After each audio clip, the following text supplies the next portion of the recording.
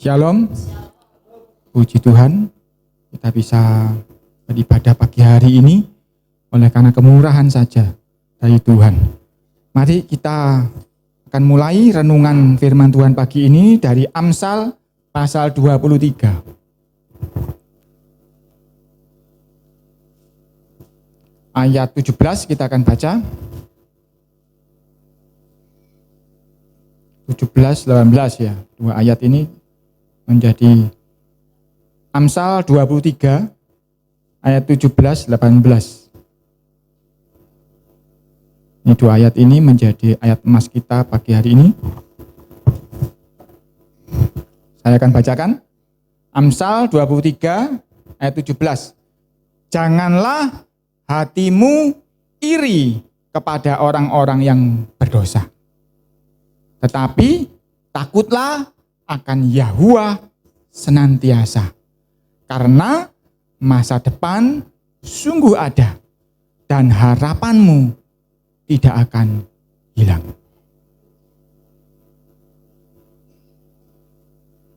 Firman Tuhan ini perlu kita pegang karena ini akan kita perlukan dalam sehari-hari kehidupan kita. Kita perlu ingat firman ini. Dikatakan janganlah hatimu iri kepada orang-orang berdosa. Aku bukan orang yang irian, Pak, enggak suka iri. Benar tak? Memang kita anak-anak Tuhan sudah sejauh ini ikut Tuhan, pasti sudah Tuhan bentuk kita menjadi punya hati yang tidak irian. Tetapi kadang-kadang masih desir-desir gitu kalau ada orang yang berbuat curang, orang-orang yang tidak benar hidupnya, itu malah situasinya kok ketoknya lebih baik ya. Contoh anak sekolah saja, yang nyuntuh loh Pak, tidak belajar. Nilainya 100, aku yang belajar cuma 7, bahkan 6 misalnya begitu ya. Ada yang bekerja di kantor, atau di pabrik, itu loh kerjanya loh, ngomong-ngomong tok tapi suka cari muka sama bosnya. Gajinya besar, dapat fasilitas. Itu loh suka telatan kalau ke kantor, tapi ya enggak apa-apa karena dekat sama HRD-nya. Dan sebagainya dan sebagainya. Itu loh pegawai rendahan tapi bisa beli mobil karena korupsi. Karena dapat pungutan liar, pungli.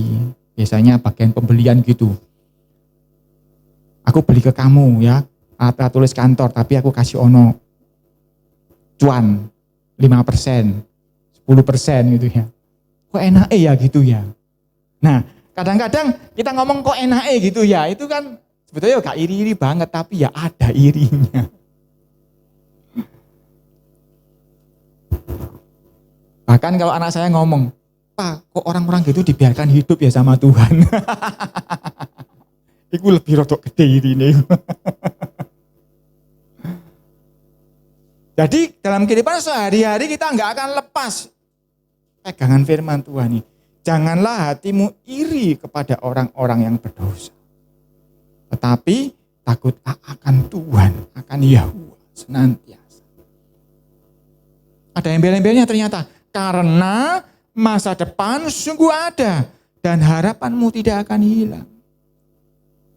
Tuh Pak, kayak gitu kan melok Tuhan itu ada tambal butuhnya. Berbuat baik karena kepingin dapat berkat. Pergi ke gereja karena kepingin disembuhkan. Dan sebagainya, dan sebagainya. Ya mungkin ada benarnya. Tapi saya mau kasih tahu saudara sebuah contoh supaya saudara paham. Saudara yang punya anak, atau mungkin yang belum punya anak, punya ponakan, mungkin punya cucu, atau punya suami, punya istri, punya teman dan sebagainya. Anak-anak aja sekolah ya. Tanya ono anakmu itu, kamu cinta enggak sama papa, sama mama? Jawabannya ya cinta, betul ya. Tapi kok disuruh belajar kok sukanya main game? Nah, kalau cinta kok bantah, kok banggel bahasa Surabaya nih. Kok gak nurut nek cinta? Tapi tanya kamu cinta mbek papa mama? Cinta Pak, tapi kok begitu? Karena selain dia cinta orang tuanya, dia juga cinta dirinya sendiri. Dan cinta akan dirinya sendiri itu lebih dominan. Jadi bukan berarti anak saudara enggak cinta Anda loh ya, kalau enggak nurut itu. Dia cinta kepada Anda. Dengan kadar tertentu yang lebih kecil ketimbang cintanya dia pada dirinya sendiri. Bagaimana caranya untuk menyeimbangkan itu? Maka saudara menerapkan yang namanya, bahasa kerennya, punishment and penalty ya. Kalau kamu nurut, nanti tak kasih uang jajan. Nah, akhirnya nurut. Loh, nurutnya bukan karena cinta ambek aku, ini karena uang jajan. Ya, 50-50 lah. Karena kalau nggak cinta sama saudara juga mau kasih uang juga nggak mau dia. Tetapi, ya itulah kenyataannya. Kalau nggak nurut, nggak boleh makan es krim. Itu kan hukuman ya. Akhirnya nurut gara-gara takut nggak makan es krim. Loh, dia melakukan karena cinta apa karena takut nggak makan es krim? Ya sebetulnya ya dua-duanya. Cuman ada kadarnya. Karena takut nggak makan es krim sekian persen, karena cinta saudara sekian persen, karena apa sekian persen gitu ya. Nggak ada yang semuanya itu sempurna karena cinta gitu. Saya yakin belum ada yang seperti itu di dunia ini. Jadi masih ada proporsinya. Apakah saudara ketika menerapkan sebuah hukuman, ancaman kepada anak saudara karena Anda tidak cinta sama anak saudara? Cinta juga toh. Tapi kenapa kok Papa kalau cinta kok menghukum aku? Nah, anaknya juga bisa ngomong gitu. Kenapa kalau cinta kok ngasih es krim aja kok ada embel-embelnya nyuruh ini dan itu? Ayo, sama saja kalau dibalik. Sebetulnya kalau kita renungkan, sebetulnya orang tua itu menerapkan hukuman dan hadiah itu untuk memupuk anak ini supaya mengurangi cinta pada dirinya sendiri dan mengangkat lagi cinta pada orang tuanya. Jadi firman Tuhan ini bukan berarti tidak boleh, tetapi firman Tuhan ini menjadi suatu penyeimbang tadi. Kalau cintamu sudah sempurna sama Tuhan, firman Tuhan ini boleh kamu tutup. Karena kalau cintamu sudah 100% murni kepada Tuhan, biarpun engkau curang diberkati, biarkan aku susah menderita, aku tetap cinta sama Tuhan. Itu kalau sudah cintamu semakin tinggi kepada Tuhan. Seperti Sadrak Meshach Abednego. Walaupun seandainya aku tidak ditolong Tuhan, aku tetap cinta sama Tuhan. Aku tidak mau sujud kepada Raja Nebukadnezar. Itu karena cinta sudah. Enggak apa-apa kalau saudara memang sudah cintanya setinggi itu, ini jadi satu catatan, ini jadi satu cermin. Kalau ada yang kita bahas ini masih Anda lakukan, berarti cintamu belum seperti itu. Enggak apa-apa. Karena saya tadi kasih contoh kan, cinta itu kadang-kadang masih sekian persen, tetapi Tuhan ngomong, bulu yang patah bulu yang terkulai tidak dipatahkan. Sumbu yang pudar pun tidak akan dimatikan. Karena cintanya Tuhan itu jauh besar kepada kita. Jadi walaupun cinta kita mindrip-mindrip ya, bahasa Jawanya ya, kecil, hampir pudar, tidak apa-apa. Justru ayat ini yang akan membuat cinta kita kepada Tuhan nanti akan bertumbuh. Jadi ini bukan yang utama sebetulnya ayat itu, tetapi ayat ini menjadi jaring pengaman kita supaya cinta kita tidak pudar kepada Tuhan. Paham Bapak Ibu ya? Jadi ini bukan yang utama sebetulnya. Yang utama itu adalah cinta ono Tuhan, lakukan segala sesuatu karena cinta kepada Tuhan. Bukan karena takut kepada Tuhan, sebetulnya begitu. Tetapi mau gak mau takut akan Tuhan ini menjadi suatu pagar pengaman kita supaya kita gak gugur dalam mencintai Tuhan. Sama seperti anak-anak saudara. Kadang-kadang perlu dipukul sedikit, perlu dihukum sedikit, perlu dikasih hadiah buat semangat dia belajar. Bukan karena dia gak cinta saudara, tetapi cintanya kurang gede kan gitu ya Bapak Ibu ya. Saudara tahu kan anak saudara cinta kan, tapi kurang gede cintanya. Nah firman Tuhan ini sebetulnya bermanfaat untuk menjaga cinta kita enggak semakin pudar tetapi nanti semakin menyala. Jadi ini bukan yang utama tetapi ini jaring pengaman. Ini namanya seat belt kalau kita naik mobil. Helm kalau kita naik motor. Apakah kalau enggak naik helm saya naik motor ke sana mati? Enggak, tetapi ini pengaman. Dan firman Tuhan ini, janganlah hatimu iri kepada orang yang berdosa tetapi takutlah akan Tuhan. Ini pengaman. Jadi harus kita selalu gunakan firman Tuhan ini setiap waktu, setiap hari. Karena ini pengaman kita. Kalau terjadi sesuatu kecelakaan di dalam hidup kita, ini pengaman kita. Kalau dalam bahasa sederhananya Papa, Papi, Pak Daniel, ini rem kita. Supaya nanti kalau menganut, remnya pakem. Ini ayat ini. Jangan hatimu iri kepada orang berdosa. Apa sih yang kita iri? Yang membuat iri itu kan bukan dia berbuat dosanya, Pak. Aku gak kepingin berbuat dosa, aku gak kepingin nyontoh, gak kepingin curang, gak kepingin begal orang, gak kepingin mencuri. Yang aku ingin ini keadaan baik yang dia alami itu loh, ya toh gitu kan. Yang kita jadikan iri itu kan keadaan baik yang dia alami. Kalau gara-gara nyontoh terus kemudian gak naik kelas, kita bersyukur ya adil gitu ya. Tetapi karena gara-gara nyontoh juara 1, kan iri akhirnya. Kok enak nyontoh, gak belajar juara 1. Nah jadi sebetulnya yang bikin iri itu apa? Yang bikin iri itu suatu keadaan di depan yang baik. Karena itu dikatakan di ayat 18 tadi, karena masa depan sungguh ada. Jadi untuk anak-anak Tuhan, jangan hatimu punya iri, punya keinginan. Iri itu apa sih? Mengingini yang orang lain punya. Aku kepingin juara 1-nya itu. Gara-gara apa? Gara-gara nyontoh. Nah, gara-garanya itu yang menjadi masalah. Nah gitu aku tak nyontoh supaya juara 1. Nah gitu aku tak korupsi. Kalau gitu aku tak begini yang jahat-jahat itu. Yang dikatakan itu yang menjadikan orang itu dikasih stempel orang berdosa. Jangan iri, tetapi takutlah akan Tuhan. Takutlah akan Yahuwah, akan Yesus. Ini pun kita pelajari rodo aneh. Biasanya jangan ke kiri, kamu ke kanan gitu ya. Itu wajar, karena apa? Kanan lawan katanya kiri. Iri itu lawan katanya apa? Ada yang tahu enggak? Iri lawan katanya apa?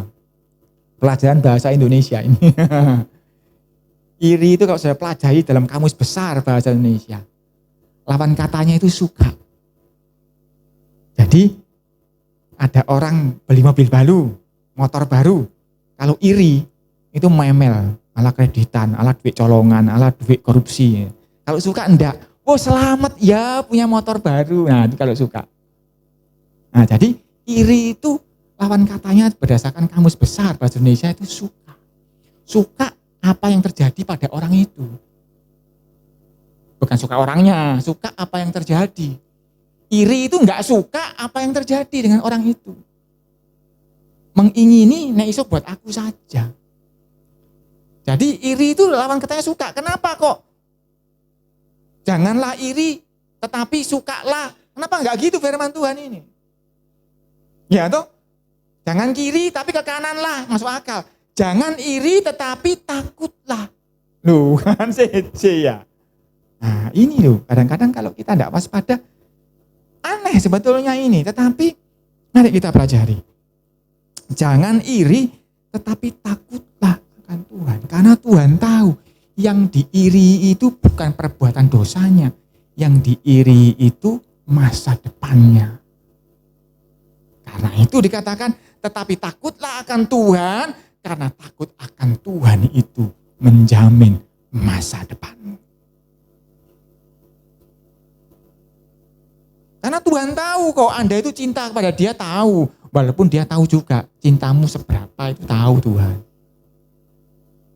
Tuhan tahu sebetulnya irimu itu bukan kamu kepingin nyontoh, kepingin curi, kepingin korupsi, kepingin yang jahat-jahat, bukan. Tetapi kamu menginginkan masa depan yang terjadi yang baik. Karena orang itu jahat tapi kok jadi masa depannya baik. Kelihatannya. Saya sering sekali ngomong kepada anak saya, nak, kamu belum tahu cerita sepenuhnya, itu belum finish. Ceritanya masih 25%, masih 30%, masih 10%. Kamu belum tahu ujungnya dia terjadi apa pada dia.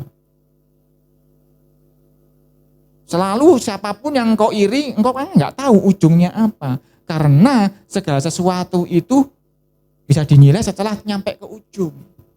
Apakah bisa finish apa tidak. Kalau Anda suka nonton balapan mobil, balapan motor, Formula One, dan sebagainya.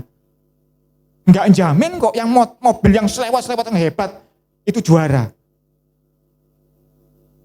Kadang-kadang yang sedang-sedang saja itu yang juara karena sampai finish.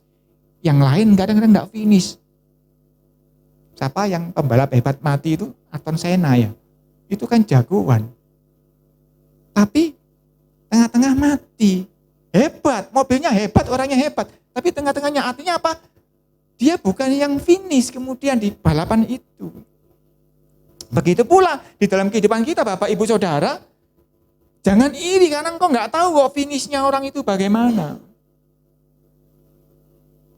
Tetapi finishnya kita itu tahu kalau kita takut akan Tuhan. Masa depan sungguh dikatakan sungguh ada. Dan harapanmu tidak akan hilang. Kapan itu Pak terjadinya? Ya, takutlah akan Tuhan, nanti itu akan terjadi. Masa depan yang bagaimana? Sudah hafal dong Bapak Ibu ya. Masa depan kita bagaimana? Sebab rancanganku bukan rancangan kecelakaan, tetapi rancangan damai sejahtera. Damai sejahtera itu apa Pak? Damai sejahtera itu kalau bahasa Jawa nih, ayem, tentrem gitu loh. Apa itu Pak? Ya itu luas artinya karena pokoknya yang membuat engkau nanti ayem tentrem, bikin engkau damai sejahtera. Loh aku damai sejahtera kalau punya ini Pak. Ya sudah nanti engkau punya itu. Kalau pikiranmu tidak berubah, kalau berubah Tuhan rubah, engkau akan punya yang itu yang lain, punya itu yang lain. Sebab rancangan Tuhan itu jauh lebih tinggi daripada rancangan kita. Intinya enggak penting nanti jadi apa, yang penting itu nanti jadi damai sejahteramu. Dan dijamin, Tuhan yang jamin ini, yang mengatakan ini Tuhan sendiri, bahwa masa depan itu sungguh ada. Yang ngomong Salomo Pak, oh iya, tetapi itu Roh Kudus yang memberi hikmat kepada Salomo. Salomo masa depannya juga enggak baik-baik amat Pak. Loh iya, kan enggak semua orang yang ngomong itu bisa ngelakoni. Pak, gajah dibelangkoni, Isa khotbah, enggak bisa ngelakoni. Ya. Jangan lihat orangnya, tapi engkau lihat perkataan firman Tuhan ini memberi jaminan kepada kita bahwa masa depan sungguh ada. Teman lo Pak Yo, tak titeni Pak. Iya, asalkan syaratnya engkau penuhi, takutlah akan Tuhan.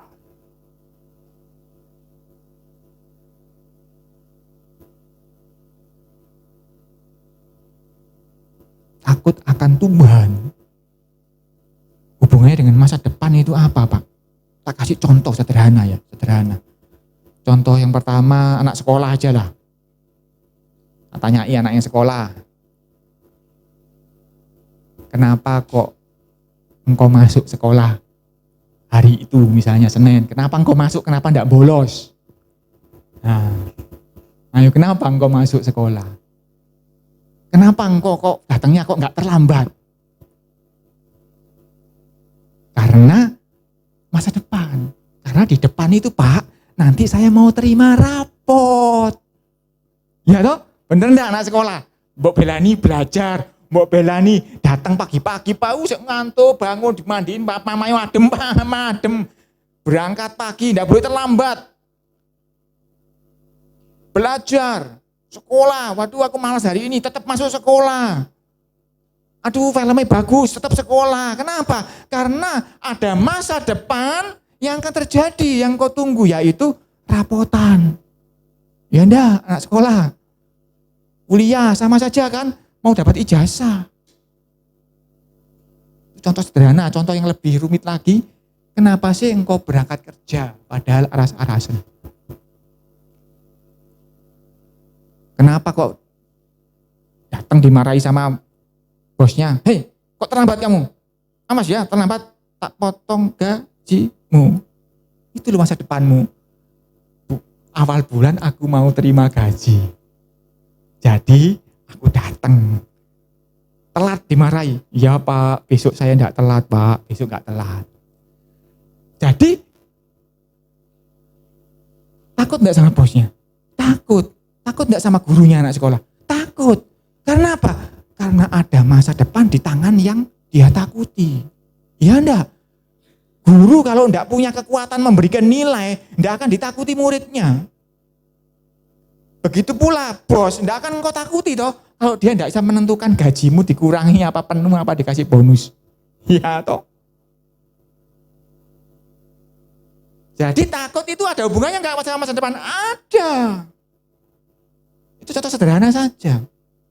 Bahwa sikapmu hari ini, apakah engkau hormat apa enggak sama bosmu, sama gurumu, sama dosenmu, sama atasanmu, itu mempengaruhi masa depanmu, gajimu, rapotmu, ijazahmu, ya toh? Karena itu ketika hatimu ingin iri kepada orang berdosa yang berbuat tidak benar, tapi kok ketok aneh, kelihatannya jadi baik, ingat, engkau punya masa depan lagi sendiri yang tidak ditentukan oleh orang itu, tapi ditentukan kepada takutmu kepada Tuhan. Sebab masa depanmu ada di tangan Dia. Dan masa depanmu itu dikatakan sungguh ada. Dan harapan, tidak cuma masa depan, ternyata juga menyangkut harapanku. Masih ingat ayat hafalan kita Matius 37? Janganlah engkau iri pada apa itu? Orang yang berbuat curang. Bla bla bla, tetapi bergembiralah karena Tuhan, karena engkau akan menerima, mendapatkan yang engkau ingini. Itu harapan toh. Yang engkau inginkan itu harapan kan. Artinya tidak cuma masa depan sungguh ada, tetapi harapanmu, keinginanmu itu sungguh-sungguh bisa terjadi.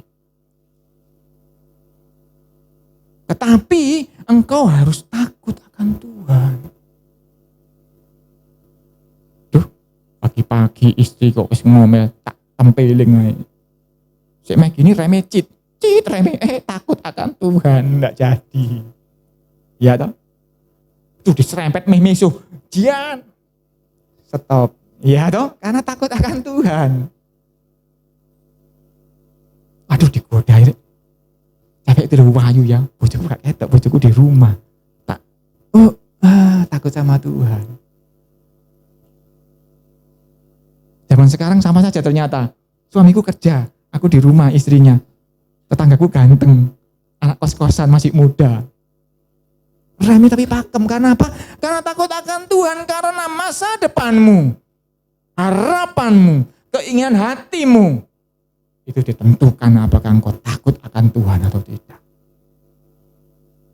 Gampangnya seperti anak kecil tadi loh.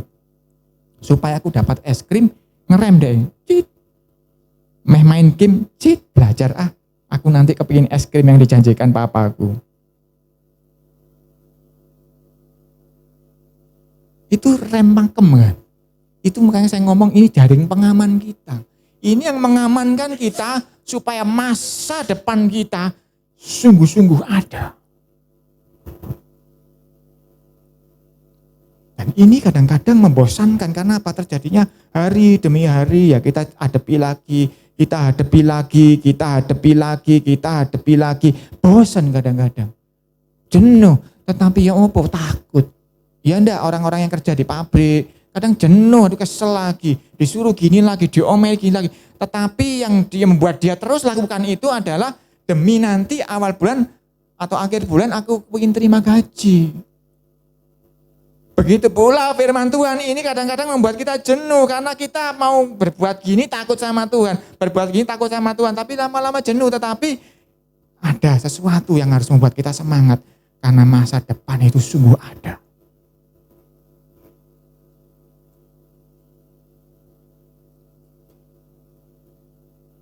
Dan Tuhan ngomong, langit dan bumi boleh berlalu. Tetapi satu titik pun dari kitab Taurat ini tidak akan dihapuskan.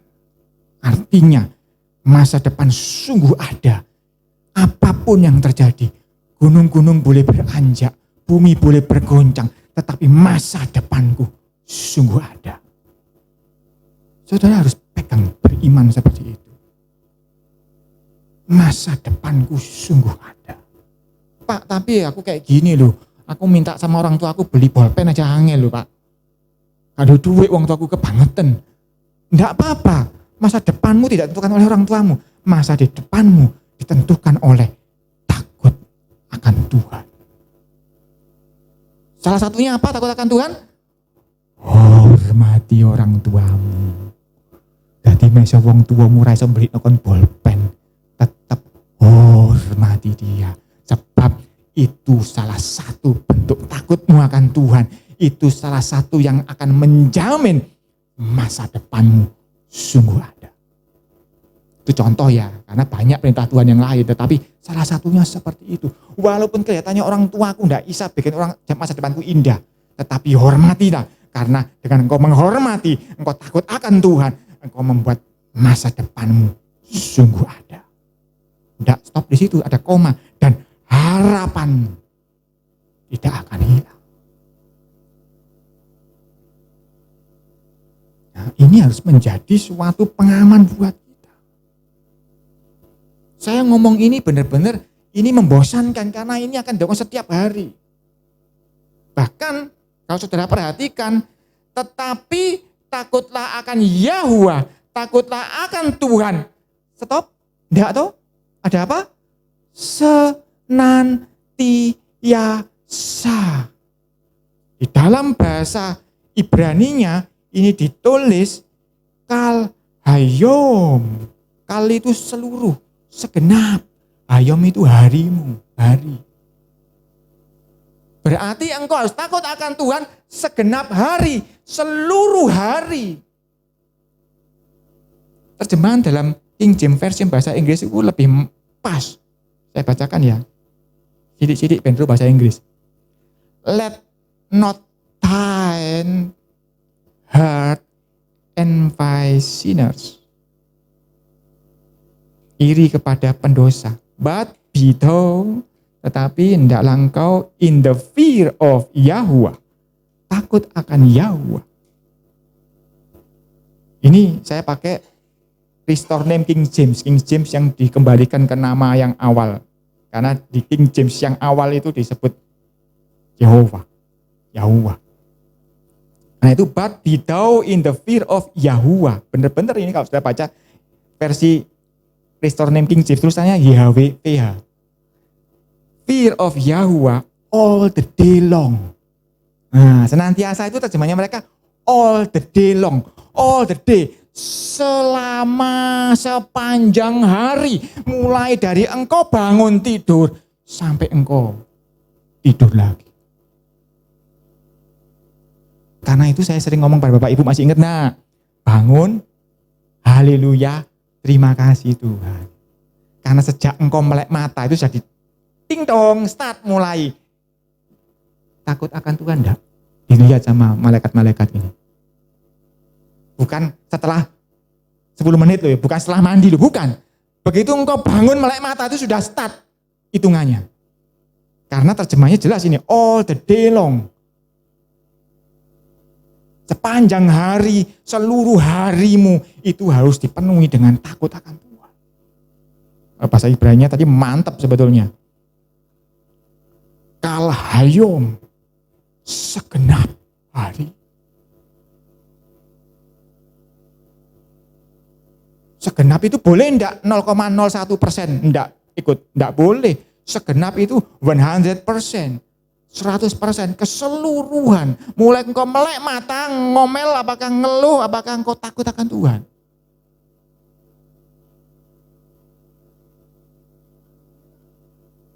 Anak-anak, biasanya kalau malas digugah mbek mama papai, ngamuk-ngamuk, sih ngantuk gitu ya. Padahal bangun, sekolah, ayo.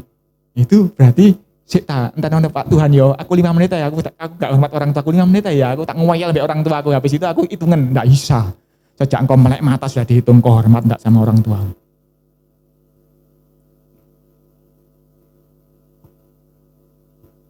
Tuhan kok enggak gini sih Tuhan, janjimu kok enggak digenapi sih. Tuhan ngomong, lah engkau lu sejak melek mata gak takut sama aku.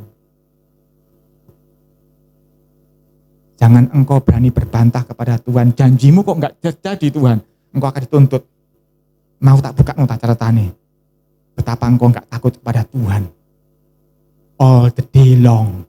Sepanjang hari. Karena itu kita hanya boleh mengucap syukur dalam segala perkara. Karena kalau engkau hitung-hitungan sama Tuhan, kalah, catatannya rapi. Sungguhan rapi catatannya. Bahkan ada penelitian kepada orang-orang yang pernah dinyatakan mati lalu hidup lagi. Ditanyai apa yang terjadi saat engkau meninggal. Di saat engkau mau mati itu apa yang terjadi. Dia ngomong dalam sekejap itu. Seluruh hidupku dari kecil sampai besar, sekejap itu loh, semuanya itu bisa muncul semua dan dia bisa seperti melihat film bertahun-tahun, tapi dalam sekejap. Artinya apa? Catatan Tuhan itu terperinci. Apapun yang kau lakukan, di saat kapanpun, di waktu kapanpun, ada orang apa enggak, ada bojomu apa enggak, ada orang tuamu apa enggak, semuanya tercatat dengan rapi. Jadi kalau engkau engkel-engkelan seperti Ayub, kalah sama Tuhan. Tetapi Tuhan tidak pernah memperhitungkan itu.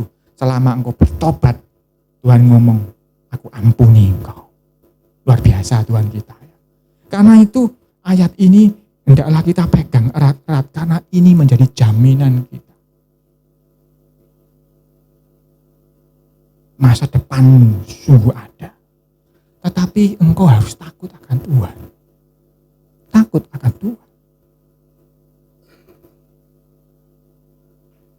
Ingat ya, all the day long ya, segenap harimu ya.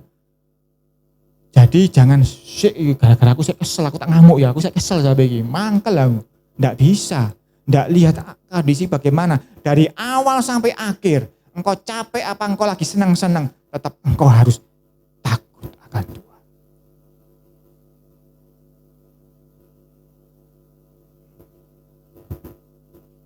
Ini rahasianya. Kalau yang digambarkan oleh papi saya itu remi pakem cit ya ini. Ini membuat kita stop ketika kita punya iri sedikit saja kepada orang. Kita akan stop karena apa? Yang menjadi taruhan adalah masa depan.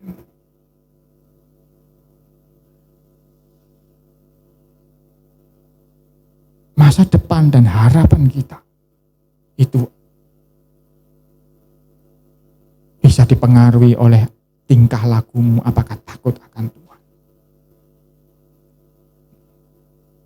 Masih ada waktu ya, masih banyak. Saya ajak baca tadi yang Mazmur 37 ya. Mulai ayat 1 aja supaya mantap. Kita akan baca sekilas saja panjangan ayatnya ini. Saya ajak saudara baca, karena mungkin kalau enggak diajak kadang-kadang malas baca ya. Karena Tuhan Yesus pun dulu ketika zaman dia di bumi, dia juga suka ngajak baca Taurat. Baca, dengarkan, nanti dia baru kemudian menjabarkan. Tetapi baca dulu. Mazmur 37 ayat 1. Karena kalau ngomong soal iri kepada orang berdosa, pasti ini masuk Mazmur 37. Ayat 1. Dari Daud, jangan marah karena orang yang berbuat jahat. Jangan iri hati kepada orang yang berbuat curang. Sama ya yang dikatakan Salomo ya. Mungkin Salomo pernah baca ini juga. Ayat 2, sebab mereka segera lisut seperti rumput dan layu seperti tumbuh-tumbuhan hijau. Kata segera ini loh kadang-kadang bikin kita jadi ragu-ragu. Katanya segera. Gak 3 hari lagi malah nilainya keluar bagus itu. 3 hari lagi gajian malah dapat gaji besar dia. Segera ini seperti ukurannya Tuhan, 1000 tahun sama seperti 1 hari. 1 hari bisa sama dengan 1000 tahun. Jadi kita tidak usah berbantah mengenai kata segera. Tetapi dikatakan mereka segera lisut seperti rumput dan layu seperti tumbuh-tumbuhan hijau. Ayat 3, percayalah kepada Yahuwah dan lakukanlah yang baik. Diamlah di negeri dan berlakulah setia. Ini tadi yang saya ngomong ya, bahwa target kita itu melakukan segala sesuatu itu karena mencintai Tuhan. Bukan karena takut kepada Tuhan. Tetapi takut kepada Tuhan itu jaring pengaman kita. Seperti Daud ini. Dia tidak nyuruh takut kepada Tuhan. Dia ngomong lebih bagus lagi. Percayalah kepada Tuhan. Tapi percaya itu juga ada bayang-bayang takutnya. Contoh, belajar nanti tak kasih es krim. Dia belajar berarti dia percaya kan. Dia belajar tapi karena takut nggak dikasih es krim juga kan. Jadi di dalam percaya itu ada komponen takut pasti di dalamnya. Percayalah kepada Tuhan, percayalah kepada Yahuwah dan lakukan yang baik, diamlah di negeri dan berlakulah setia. Bahasanya Daud, bahasa hati, setia. Kalau bahasanya Salomo lain, senantiasa, bahasa manajemen, all the day long. Ada hitungannya. Daud lain, setia ngomongnya. Tetapi sama saja itu implikasinya nanti isinya adalah dari melek mata sampai pejem mata, percaya kepada Tuhan, takut kepada Tuhan. Ayat 4, enggak cuma takut, enggak cuma percaya. Dan bergembiralah karena Yahuwah. Kalau takut, enggak gembira toh. Anak kecil takut enggak dikasih es krim, tapi kok gembira, kok semangat. Karena ada masa depan, ada es krim. Jadi kadang-kadang di dalam takut akan Tuhan itu ada juga gembira. Karena di dalam takut itu ada janji. Ada ayat yang lain mengatakan kita berpegang pada janji. Yaitu masa depan. Jadi dan bergembiralah karena Yahuwah, bergembira karena apa? Loro kabeng ini kok. Gara-gara aku gak nyontoh, aku nilaiku elek kok gembira. Gembira karena masa depan itu sungguh ada. Dan bergembiralah karena Yahuwah Tuhan itu yang menjamin masa depanmu sungguh ada. Maka ia akan, ini masa depannya, memberikan kepadamu apa yang diinginkan hatimu. Ini masa depan kita, harapan kita yang tidak akan hilang tadi itu. Ayat 5, serahkanlah hidupmu kepada Yahuwah dan percayalah kepadanya dan ia akan bertindak. Seringkali Tuhan, kenapa sih kok engkau enggak menolong aku? Dia enggak bertindak karena kita tidak menyerahkan diri kita, karena kita enggak percaya kepada dia. Kalau engkau ingin Tuhan bertindak, melakukan perkara ajaib. Tadi kita nyanyikan pembuat mujizat, itu sampai sekarang pembuat mujizat. Kenapa dia tidak berbuat mujizat? Mungkin engkau tidak menyerahkan hidupmu kepada dia. Mungkin engkau kurang percaya kepada dia. Kalau engkau menyerahkan hidupmu dan engkau percaya, si pembuat mujizat itu masih hidup sampai sekarang. Dan si pembuat mujizat itu yang akan membuat masa depanmu sungguh ada. Ayat 6, ia akan memunculkan kebenaranmu seperti terang. Dan hakmu seperti siang.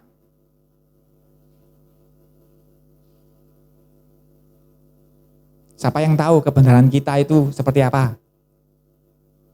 Ada ayatnya toh? Seperti gombal, seperti kain majun itu loh. Seperti kain lara. Dikatakan di ayat firman Tuhan. Bentar bersih, sebentar kotor. Sebentar dicuci, gombal itu kotor lagi sebentar lagi. Tetapi seperti yang saya sampaikan minggu lalu, seberapapun jeleknya keadaan kita, dia melihat kita sebagai mutiara yang indah. Nah itu dia ngomong, ia akan memunculkan kebenaranmu seperti terang. Kebenaranmu yang seperti gombal tadi, kalau engkau takut akan Tuhan, akan dimunculkan bukan sebagai gombal, tetapi seperti terang. Itu yang dikatakan rancanganku, rancangan damai sejahtera. Apapun keadaanmu yang tidak sempurna itu, di nama Tuhan akan dimunculkan sempurna nanti. Kalau engkau takut akan Tuhan, kalau engkau menyerahkan hidupmu kepada Tuhan, kalau engkau percaya kepada Tuhan. Apa buktinya engkau takut sama Tuhan? Karena Tuhan itu ngomong kok, aku menilai pohon itu dari buahnya. Seorang guru melihat seorang murid, apakah dia lihat isi hatinya dibelek? Enggak. Anak ini loh gak pernah absen. Anak ini loh datangnya selalu pagi hari. Sebelum gurunya datang, anaknya sudah sindak ke meja gini. Selamat pagi Pak Guru, gitu ya. Dari buahnya takut akan Tuhan itu. Jadi apapun yang kau lakukan, entah itu bekerja, entah itu sekolah, entah berumah tangga, entah datang ke gereja, lakukan untuk Tuhan dengan takut dan gentar kepada Tuhan. Supaya ia memunculkan kebenaranmu seperti terang dan hakmu seperti siang. 7, berdiam dirilah di hadapan Yahuwah dan nantikanlah dia. Nek ngono gak belajar Pak, diam diri. Enggak, jangan marah karena orang yang berhasil, maksudnya itu. Diem ojo ngamuk.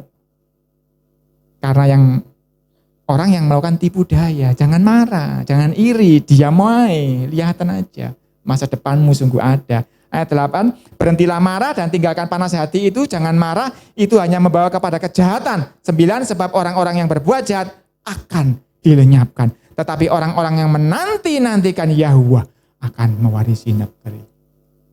Pekerjaan menanti itu kan pekerjaan membosankan tuh. Tetapi kalau engkau lakukan menantikan dia, dengan takut akan dia, dengan percaya akan dia, dengan menyerahkan hidupmu kepada dia, masa depanmu sungguh ada. 10, karena sedikit waktu lagi. Sedikit mana, waktunya Tuhan itu sedikit ya mbo ya. Maka lenyaplah orang fasik, jika engkau memperhatikan tempatnya, maka ia sudah tidak ada lagi. Tetapi orang-orang yang rendah hati akan mewarisi negeri dan bergembira karena kesejahteraan yang berlimpah-limpah. Loh, sekarang kok ngomong rendah hati? Ternyata betul Yesus ngomong, datanglah kepadaku, belajarlah kepadaku, karena aku rendah hati dan lemah lembut. Ternyata memang harus rendah hati. Di dalam takut akan Tuhan, di dalam percaya akan Tuhan itu ada rendah hati di dalamnya. 12, orang fasik merencanakan kejahatan terhadap orang benar dan menggertakkan giginya terhadap dia. Tuhan menertawakan orang fasik itu sebab ia melihat bahwa harinya sudah dekat. Ingat ini ya, orang fasik merencanakan kejahatan terhadap orang benar. Jadi kalau Anda bertahan takut akan Tuhan, Anda bertahan percaya kepada Tuhan, jangan kaget kalau engkau dimusuhi. Kalau engkau dinakali, karena ini sudah ditulis sama Tuhan. Mereka akan risih ngelihat ada orang kok tetap baik sih. Padahal saat duduk nol, aku berhasil karena nyuntuk, kok gak gelem nyuntuk aku sih. Kok tetap aja berbuat alim ya. Itu kadang-kadang gatel orang-orang jahat itu. Maka engkau akan dibikin supaya jadi nakal juga. Engkau akan juga direncanakan supaya jadi jahat seperti mereka. Tetapi tetap takutlah akan Tuhan. Karena Tuhan menertawakan orang fasik itu. Jangan takut, engkau enggak pernah sendirian. Ayat 14, orang-orang fasik menghunus pedang dan melentur busur mereka untuk merobohkan orang-orang sengsara dan orang-orang miskin, untuk membunuh orang-orang yang hidup jujur. Jadi jangan dikira loh, engkau hidup jujur tambah enak. Enggak, dalam pengalaman saya pun gitu. Saya jujur tambah soro, tambah dimusuhi. Jujur loh, tambah dimusuhi. Karena yang gak jujur takut saya nanti lapor. Padahal saya enggak lapor karena saya enggak marah kok. Seperti firman Tuhan tadi ngomong jangan marah kok. Saya enggak marah, saya enggak iri, saya enggak lapor ya. Saya menanti masa depan saya dari Tuhan. Tapi mereka itu jadi iri malahan. Malah mereka menghunus pedang, dikatakan di sini. Jangan kaget ya kalau Anda bertahan takut akan Tuhan, saudara dimusuhi. Tetapi tetaplah takut akan Tuhan. Ayat 15, janji Tuhan, tetapi pedang mereka akan menikam dada mereka sendiri dan busur mereka akan dipatahkan. Ini saya alami Bapak Ibu. Orang-orang yang merancangkan yang tidak baik, padahal saya tidak musuh sama mereka. Mereka berbuat saya juga enggak ngiri. Saya malah dimusuhi, saya malah dikucilkan, saya malah dibikin, diskenariokan supaya saya jatuh. Tetapi pedang itu menikam dada mereka sendiri. Itu saya alami. Di dalam studi, dalam pekerjaan, dalam kehidupan sehari-hari. Itu saya alami. Saya melihatnya dan saya tahu benar si pembuat mujizat itu masih hidup. Dan masa depanku berarti sungguh ada. Masih ada lagi waktu. Tak ajak satu lagi ya, ini yang kurang terkenal. Tapi sama. Mazmur juga. Tadi kan Mazmur 37, ini dibalik. Mazmur 73.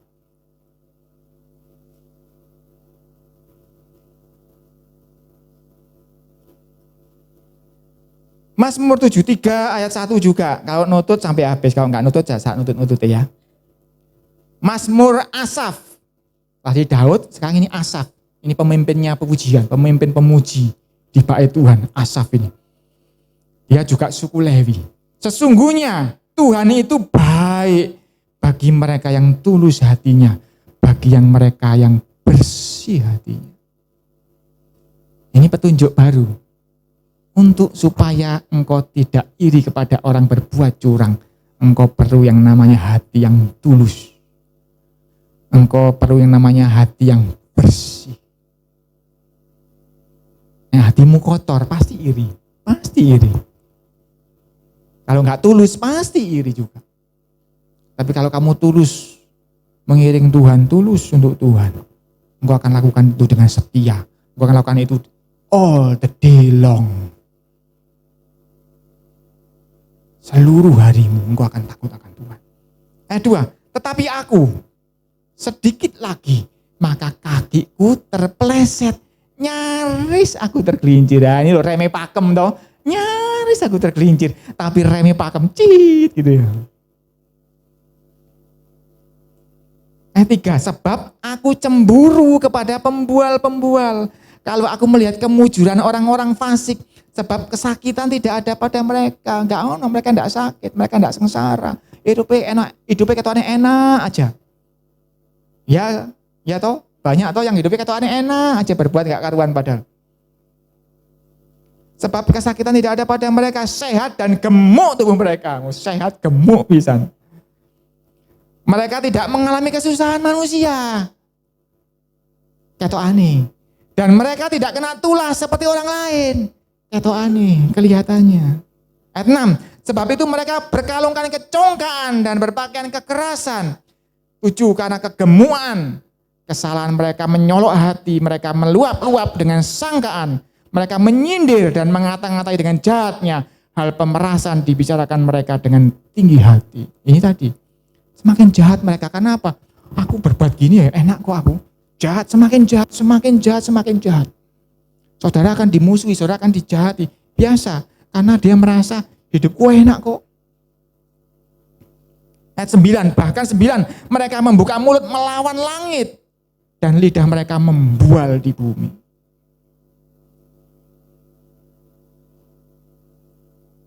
Saya ingat seseorang yang menghujat Alkitab itu. Dulunya dia percaya Tuhan, lalu dia tidak percaya Tuhan, lalu memamerkan kemana-mana, ini loh Alkitab, tak taruh sini tidak apa-apa gitu ya. Tahu kan saudara ujungnya bagaimana? Membuka mulut melawan langit. Dan lidah mereka membual di bumi, itu yang dia lakukan.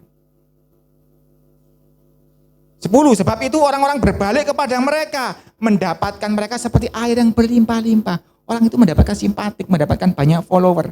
Dan mereka berkata, bagaimana Tuhan tahu hal itu? Adakah pengetahuan pada yang maha tinggi? Ya enggak, kita seringkali kadang mikir gini, Tuhan ini turu ta, kok di jarno ae wong koyo ngono urip. Sama seperti ini kan. Tuhan enggak tahu kali ya. Yang maha tinggi enggak berpengetahuan mungkin ya, enggak ngelihat kayak gitu itu. 12 ini. Ini baru sadar si Asaf ini. Sesungguhnya itulah orang-orang fasik, mereka menambah harta benda dan selama-lamanya. Sia-sia sama sekali aku mempertahankan hati yang bersih dan membasuh tanganku tanda tak bersalah. Asaf merasa aku sia-sia, aku berbuat baik, takut akan Tuhan. Tanganku bersih, hatiku bersih. Namun sepanjang hari aku kena tulah dan kena hukum setiap pagi. Gak nyuntuh loh, nilai aku elek. Jujur loh, malah gajiku gak naik-naik. 15, seandainya aku berkata, aku mau berkata-kata seperti itu, maka sesungguhnya aku telah berkhianat kepada angkatan anak-anakmu. Ini dalam, saya enggak bahas. Ini dalam kalau dibahas. Tetapi ketika berkata-kata seperti itu, seperti berkhianat pada angkatan anak-anak. Karena nanti anak-anakmu yang melihat masa depanmu. 16. Tetapi ketika aku bermaksud untuk mengetahuinya, hal itu menjadi kesulitan di mataku. Benar enggak? Saudara kan lihat masa depan sulit kan? Betul ndak sih sing tak lakoni ini, betul ndak sih kok iku tambah enak, aku tambah susah terus. 17, sampai aku masuk ke dalam tempat kudus Tuhan dan memperhatikan kesudahan mereka. Mungkin ya ini ya, mungkin Asaf sempat dibawa Tuhan naik melihat masa depannya orang-orang. Mungkin Asaf sempat diajak Tuhan dan ditunjukin masa depan orang ini. Memang di sini nggak dijelaskan. Tetapi dia ngomong, sampai aku masuk ke dalam tempat kudusnya Tuhan dan memperhatikan kesudahan mereka, masa depan. Kesudahan itu berarti masa depan masih kan? Sesungguhnya di tempat-tempat licin kau taruh mereka, kau jatuhkan mereka sehingga hancur. Betapa binasa mereka dalam sekejap mata, lenyap, habis oleh kedahsyatan. Seperti mimpi pada waktu terbangun ya Tuhan, pada waktu terjaga, rupa mereka kau pandang hina.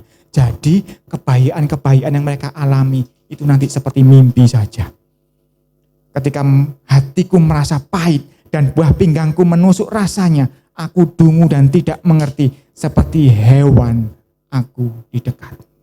Untungnya Asaf ini ketika sakit hati, ketika merasa dikatakan di sini pahit, buah pinggangku nusuk-nusuk rasanya sakit sampai ginjalnya sampai loro ya. Ngerasaan orang-orang kok enak uripe walaupun tidak benar. Untungnya dia seperti hewan aku di dekat. Mungkin yang punya kucing ya kira-kira seperti itu, nemplek di sebelahmu, atau yang punya anjing kesayangan di sebelahmu, seperti itu Asaf. Walaupun dia tidak ngerti, walaupun dia merasakan susah saat ini, dia tetap tinggal dekat dengan Tuhan sehingga dia mengetahui hal-hal ini. Tetapi aku tetap di dekatmu, engkau memegang tangan kananku, dengan nasihatmu engkau menuntun aku, dan kemudian engkau mengangkat aku ke dalam kemuliaan. Jadi ada proses untuk masa depanmu itu. Supaya engkau tahu betapa dahsyatnya Tuhan yang menjamin masa depan itu. Engkau bagaimanapun engkau ragu-ragunya, bagaimanapun engkau kadang-kadang goyah pikiranmu, benar enggak sih yang saya lakukan ini, benar enggak sih seperti ini, engkau harus tetap dekat dengan Tuhan. Karena itu yang membuat engkau tidak kehilangan masa depan. Jangan sampai ketika Tuhan ngomong, masa depannya Yusake kok gak ono nang di Yusake, wis ngalih, gugur gitu ya, kayak undian gitu ya, ndak ada yang hadir, gugur ya. Eman toh, sudah susah payah tapi tidak bertahan dalam kesetiaan, eman. Karena ketika pada waktunya Tuhan ngomong, dengan nasihatmu engkau menuntun aku, dan kemudian engkau mengangkat aku ke dalam kemuliaan. Siapa gerangan ada padaku di sorga selain engkau? Selain engkau tidak ada yang kuingini di bumi. Ini ada lagunya toh. Hanya kau milikku di sorga, tak ada yang kuingini ya, hanya kau. Sekalipun dagingku dan hatiku habis lenyap, ini ada lagunya juga toh. Gunung batuku dan bagianku, tetaplah Tuhan selama-lamanya. Sebab sesungguhnya siapa yang jauh daripadamu akan binasa. Jadi apapun yang terjadi di dalam hidupmu, di dalam pengikutanmu mengiring akan takut akan Tuhan. Engkau mengalami musuh-musuh yang menyerang engkau. Engkau mengalami duka nestapa, mengalami yang namanya mungkin malapetaka sekalipun. Engkau tidak boleh jauh. Siapa yang jauh daripadamu akan binasa. Kau binasakan semua orang yang berzina dengan meninggalkan engkau. Tetapi aku suka dekat pada Tuhan. Aku menaruh tempat perlindunganku pada Tuhan Yahuwah. Supaya dapat menceritakan segala pekerjaan. Ini penutupnya ini penting. Ini harus ada dalam hatimu. Tuhan, nanti aku mau cerita pada anak cucuku. Apa Tuhan yang aku ceritakan? Terserah engkau Tuhan, gitu. Tak jadi ya, itu triknya. Padahal Tuhan ya tahu trikmu, tapi gak apa-apa, lakukan itu. Tuhan, aku mau menggunakan mulutku ini untuk cerita kemana-mana. ke anak cucuku, ke tetanggaku, ke temanku, ke atasanku, ke siapapun aku ingin cerita soal Engkau Tuhan. Aku cerita soal apa? Terserah Engkau Tuhan. Kalau Engkau ingin aku cerita soal kedahsyatanmu, lakukan kedahsyatanmu dalam hidupku Tuhan. Ojo mewek, nambah jangan. Ini ceritanya manas-manasi Tuhan, ngompoli Tuhan. Supaya dapat menceritakan segala pekerjaan. Tapi sekali lagi ya, Tuhan itu percaya omonganmu kalau ada buahnya. Pernah enggak kamu dikasih berkat-berkat dikit tapi kamu enggak cerita soal kebaikan Tuhan? Enggak kok cerita no toh? Tuhan ngomong, embel, bojuk kon meh cerita. Wong kamu kemarin tak berkati, kamu enggak menjadi saksi buat kamu kan? Engkau malah kemudian menggerutu kan? Susah sedikit menggerutu. Harusnya kalau engkau mengalami kesusahan, aku mengingat kebaikan Tuhan yang waktu itu. Aku menceritakan kepada orang-orang. Tuhan akan percaya omonganmu itu, komporanmu itu akan dipercaya Tuhan.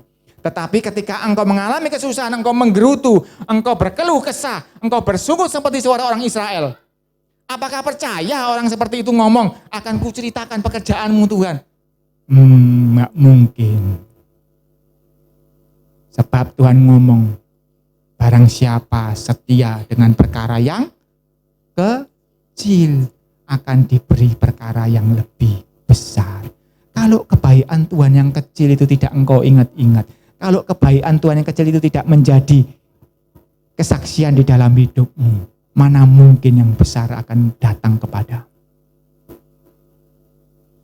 Karena itu nasihat itu benar sekali. Mengucap syukur dalam segala perkara itu tepat karena itu terhubung dengan ini. Ketika engkau mengalami kesusahan, mengalami hal-hal yang tidak sesuai dengan yang engkau inginkan, itu waktunya engkau mengucap syukur, mengingat kebaikan Tuhan.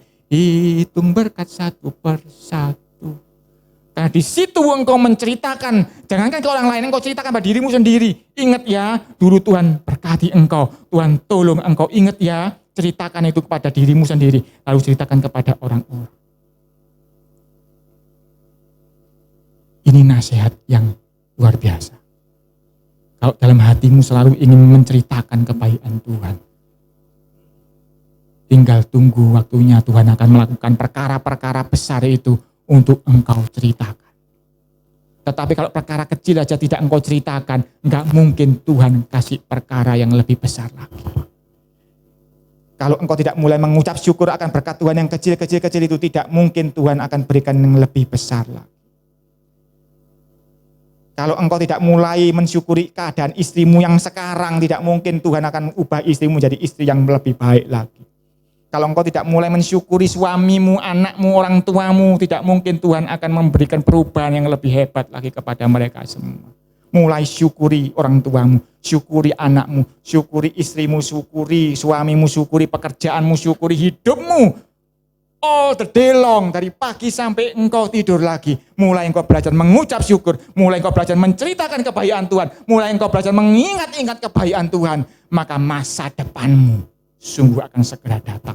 Mari kita duduk di dalam doa.